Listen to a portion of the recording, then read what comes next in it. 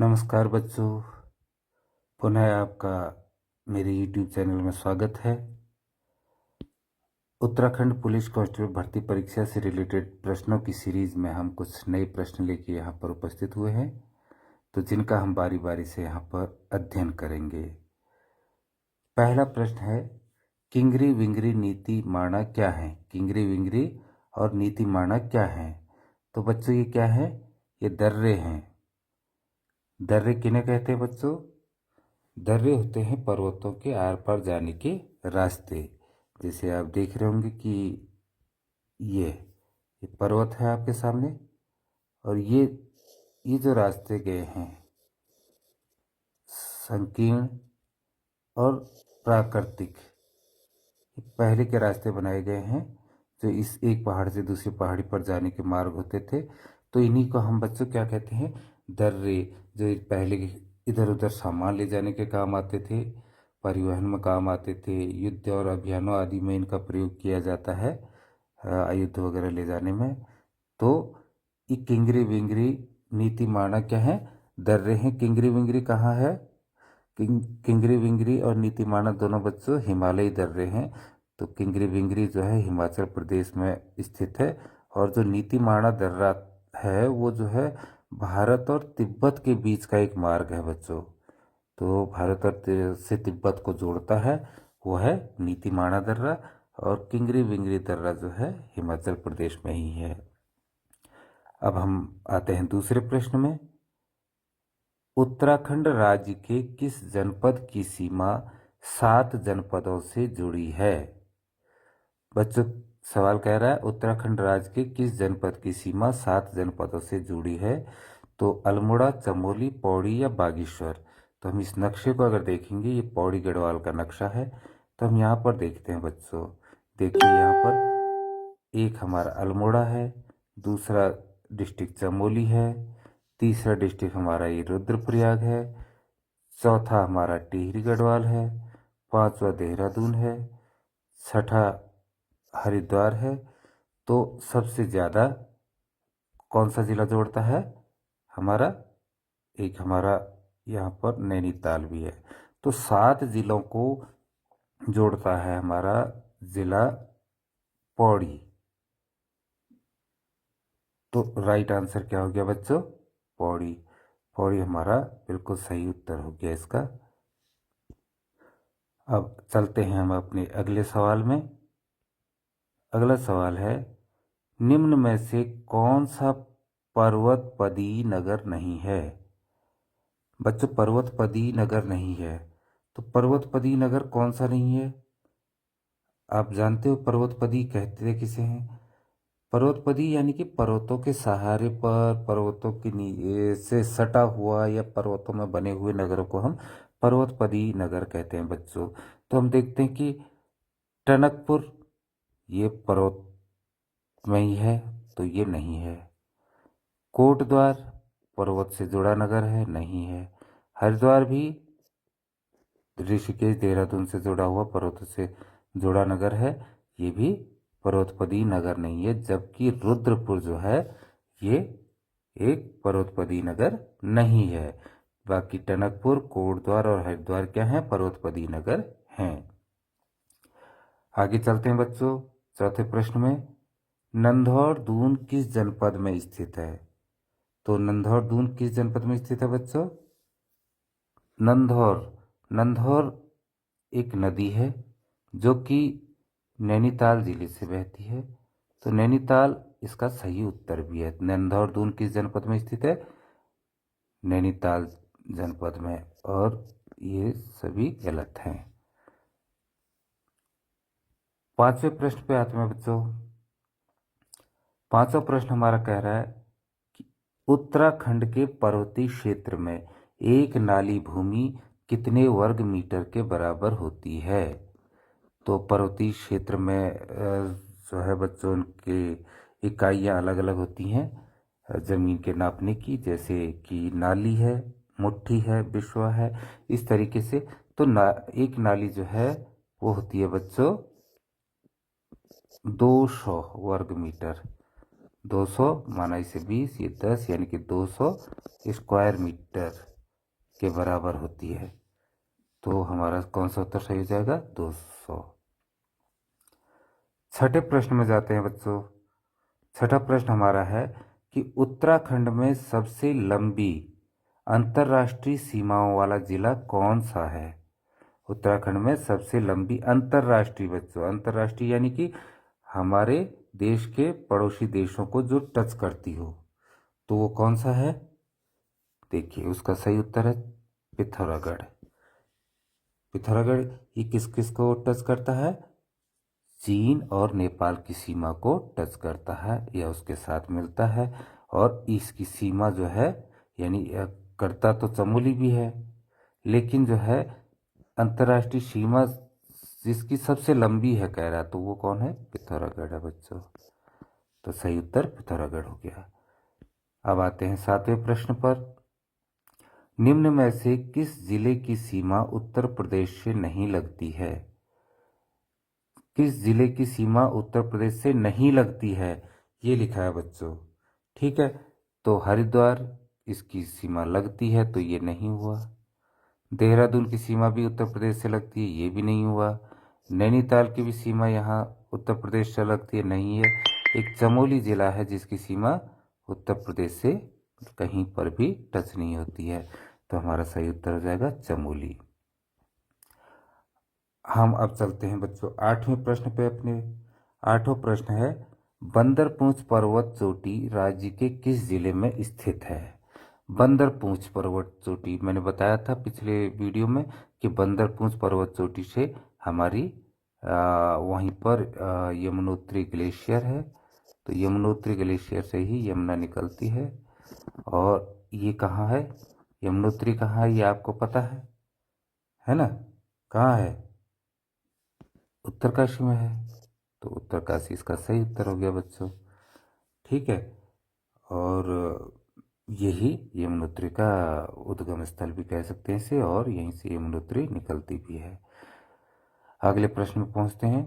9वां प्रश्न, निम्न में से कौन उत्तराखंड की सबसे ऊंची हिमाच्छादित पर्वत चोटी है?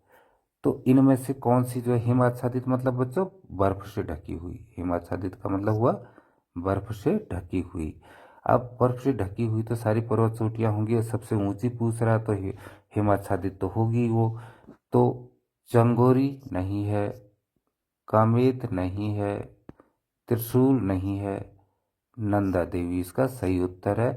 और ये इन तीनों में से ही नहीं बच्चों, बल्कि पूरे उत्तराखंड की सबसे ऊंची पर्वत चोटी ही नंदा देवी है, जिसकी ऊंचाई आपको पता है ना 7,816 मीटर ऊंची है ये पर्वत चोटी।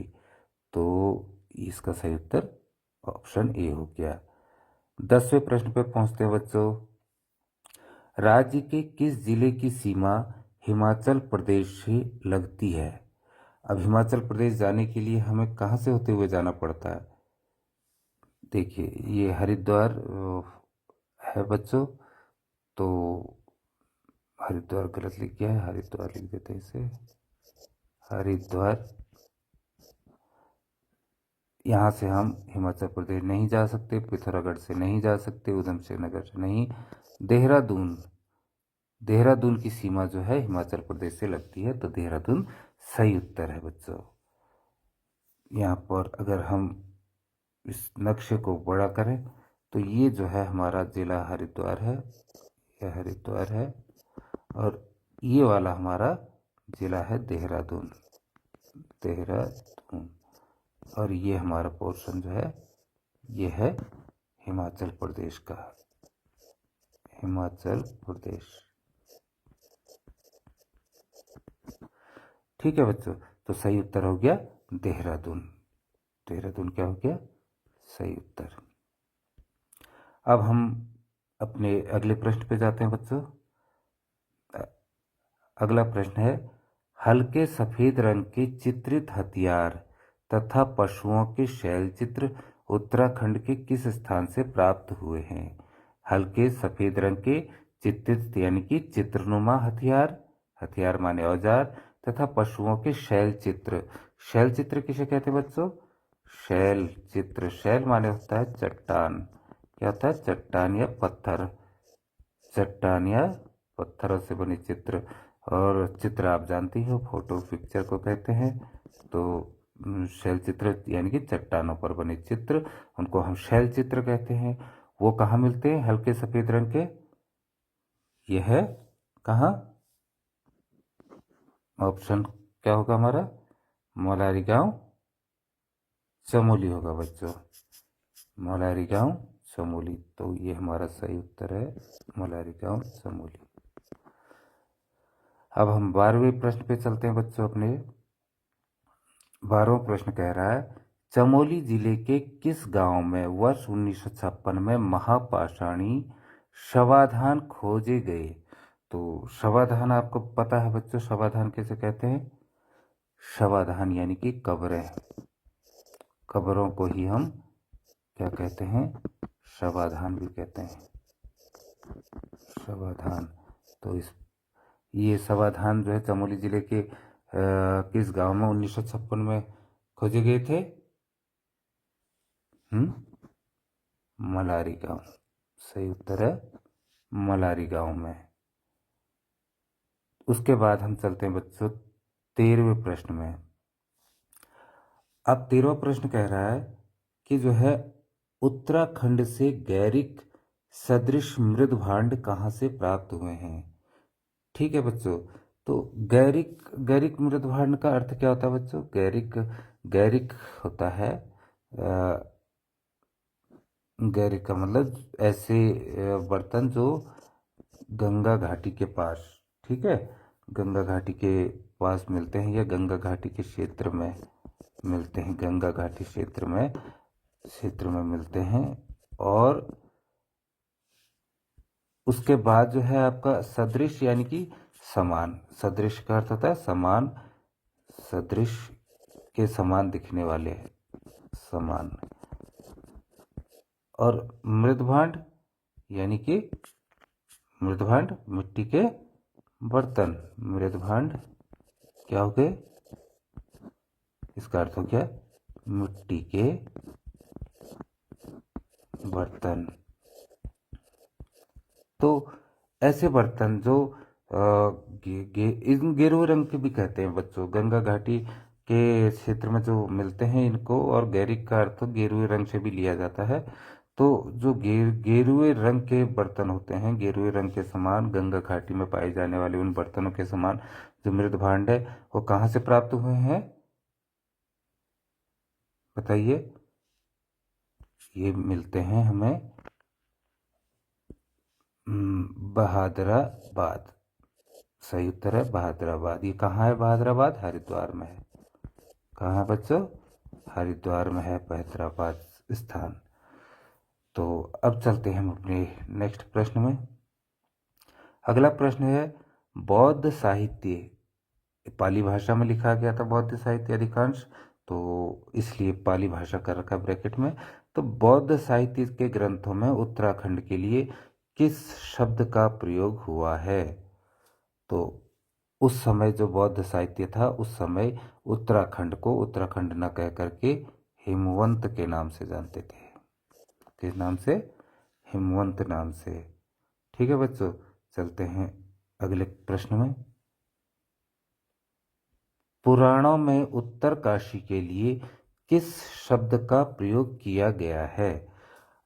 अब पुराणों में जो है क्या नाम कहते हैं, उत्तरकाशी के लिए किस शब्द का प्रयोग किया गया है? तो उस समय किया जाता था पुराणों के में, प्राचीन समय में जो है भारत और तिब्बत के व्यापारियों का स्थान हुआ करता था उत्तरकाशी। ठीक है बच्चों, भारत और तिब्बत के यहाँ व्यापारी आते थे और अपना व्यापार चलाते थे, बड़ा बाजार लगता था। जो बड़ा बाजार कह रहे हैं, बड़ा हाट का मतलब ही होता है बड़ा बाजार। बड़ा मीन्स बड़ा और हाट माने बाजार, तो बड़ा हाट माने हो गया बड़ा बाजार। बड़ा बाजार ये किन के बीच में लगता था? भारत और तिब्बत के व्यापारियों के बीच में। तो उस समय से बड़ा हाट के नाम से जाना जाता था बच्चों। अगले सवाल में चलते हैं। उत्तराखंड के किस क्षेत्र से ताम्र मानव आकृतियां प्राप्त हुई हैं। ठीक है बच्चों, तो किस क्षेत्र से प्राप्त हुई है? ताम्र मानव आकृतियां। ताम्र माने होता है तांबा, ताम्र माने तांबा, और तांबे से बनी मानव आकृतियां जो है वो कहाँ से प्राप्त हुई हैं हमें? वो हुई हैं पिथौरागढ़, पनकोट। पनकोट कहाँ है? पिथौरागढ़ में। तो ये इसका सही उत्तर हो गया। 17वां प्रश्न है बच्चों, उत्तराखंड राज्य का प्रथम उल्लेख निम्न में से किस पौराणिक ग्रंथ में मिलता है? ठीक है, तो उत्तराखंड का राज्य का प्रथम उल्लेख हमें निम्न में से किस पौराणिक ग्रंथ में मिलता है? स्कंद पुराण, ब्राह्मण पंथ, ऋग्वेद या रामायण। तो ये तो हमें पता ही है कि उत्तराखंड राज्य का प्रथम उल्लेख हमें सबसे पहले ऋग्वेद से ही प्राप्त होता है। अगले प्रश्न में पहुंचते हैं बच्चों। तो अगले प्रश्न 18वां प्रश्न है, वैदिक कालीन उत्तराखंड में किस जन का शासन था? जन, एक जन किसे कहते थे बच्चों? जन सामाजिक इकाई को कहा जाता था। तो अनेकों सामाजिक इकाइयाँ उन दिनों उस समय निवास करती थी। तो वैदिक कालीन उत्तराखंड में जो जन इकाई का शासन था उत्तराखंड में, तो वो किस जन इकाई का था? वो था त्रित्सु का। किसका था बच्चों? त्रित्सु। तो त्रित्सु क्या थी उस समय? वैदिक काल के दौरान जो है एक प्रमुख जो है इंडो आर्यन जनजाति थी, जिसका बड़ा दबदबा होता था, और क्या नाम कहते हैं इसे, बड़े भारत के समूह की शाखा भी माना जाता था। और तो इसका उत्तर है त्रित्सु। अब हम चलते हैं अपने अगले प्रश्न पर बच्चों। 19वां प्रश्न है, महाभारत के किस पर्व में गंगा द्वार, गंगा द्वार किसे कहा जाता है? हरिद्वार को कहा जाता है। तो गंगा द्वार से मृगतुंग तक की यात्रा का वर्णन मिलता है? किस पर्व में मिलता है? ये मिलता है हमें वन पर्व में। किस में मिलता है बच्चों? वन पर्व में। तो सही उत्तर हो गया वन पर्व।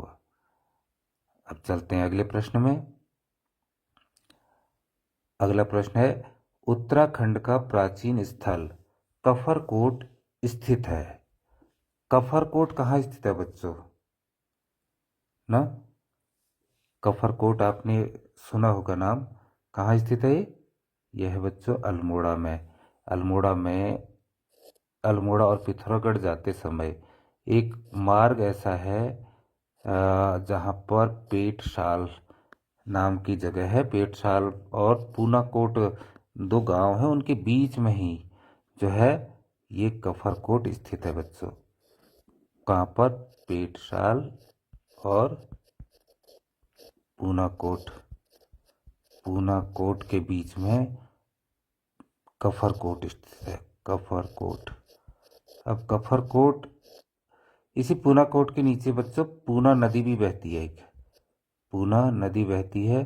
कभी सवाल ये भी आ सकता है कि जब पूना नदी कहाँ बहती है, तो वो पूनाकोट के नीचे अल्मोड़ा में बहती है बच्चों। ठीक है, तो ये हमारा सवाल ये भी कंप्लीट हो गया। अब हम चलते हैं अपने नेक्स्ट क्वेश्चन में।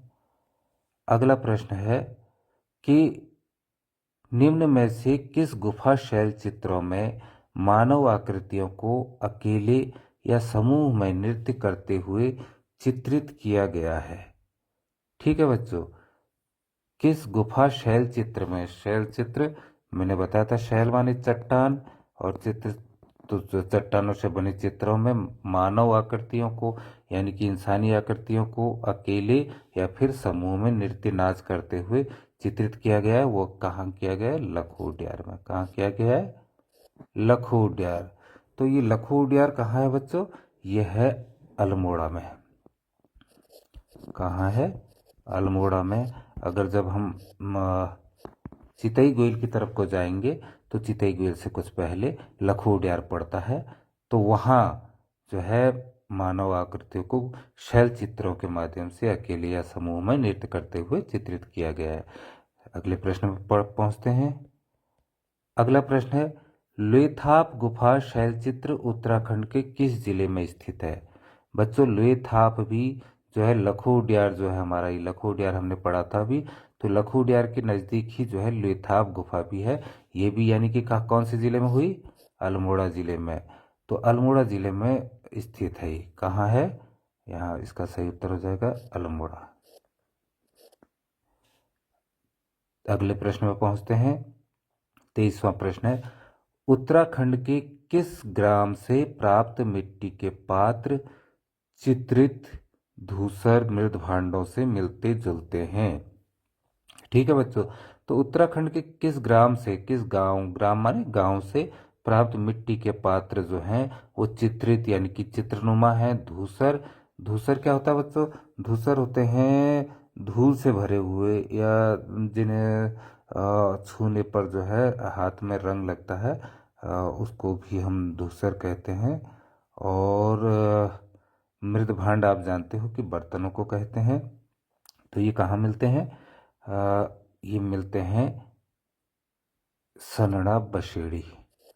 इसका सही उत्तर है सनड़ा बसेड़ी। ये कहाँ है? ये भी अल्मोड़ा जिले में। अल्मोड़ा जिले में भिकियासैन सुना है आप लोगों ने? भिकियासैन के नज़दीक, भिकियासैन से जो सनड़ा है 4 किलोमीटर की दूरी पर, लगभग 4 किलोमीटर की दूरी पर है ये सनड़ा, और बसेड़ी 8 किलोमीटर की दूरी पर है।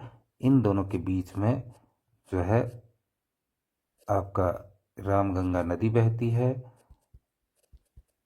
तो इन दोनों के बीच में इस प्रकार के हमें चित्रित धूसर मृदभांड मिले हैं।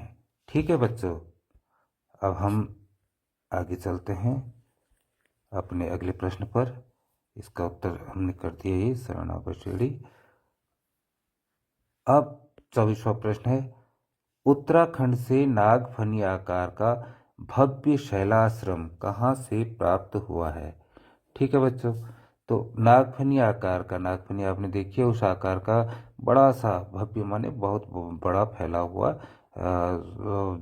विशालकाय और मतलब संपन्न शैलाश्रम, चट्टानों का ही आश्रम, शैल से ही चट्टान होता है, तो वो कहाँ से प्राप्त हुआ है?